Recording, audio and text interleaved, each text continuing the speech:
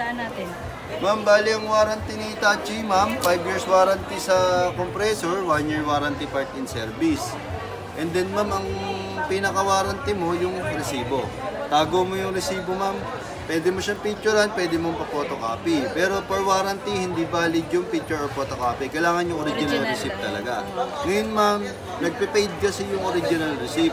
So kahit mag-paid yun ma'am, huwag nyo siyang mawalain kasi siya yung pinakakailangan for warranty. May sulat ballpen sa likod yun ma'am, kahit mag-paid for reference yun ma'am, para matrace pa rin nila ma'am kung kailan nyo siya pinurchase. Yes po.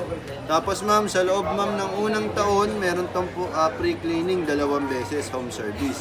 Ma'am, para naman ma-avail mo yung pre-cleaning niya, tawag ka lang dito ma'am kay customer service ma'am. Pwede kang pumunta dito, pwede kang tumawag dito ma'am. Dalhin mo lang yung resibo mo para i-schedule yung pre-cleaning. Ma'am, yung pre-cleaning niya na yun, 2 beses yun sa unang taon lang. 5 months, 5 months. Huwag mong palalagpasin ma'am ng 1 year. Ito, be. Ayan. Sa gilid. Ayan o, buksan mo yan. Ayan, may yellow. Ito na yung nasa gilid. Tapos ma'am, so, ibig sabihin, after 5 months, kailangan mo talagang pumunta dito or tumawag dito, ma'am. para puntahan nila. Para ma-avail mo yung pre-cleaning. Ma'am, sayang kasi yung pre-cleaning, 2 beses din yun sa unang taon. Magkano rin ang bayad sa cleaning. Kailangan ko isulat para ma-remember kung kailan siya dapat ano. Ay, sa kabilang dulo.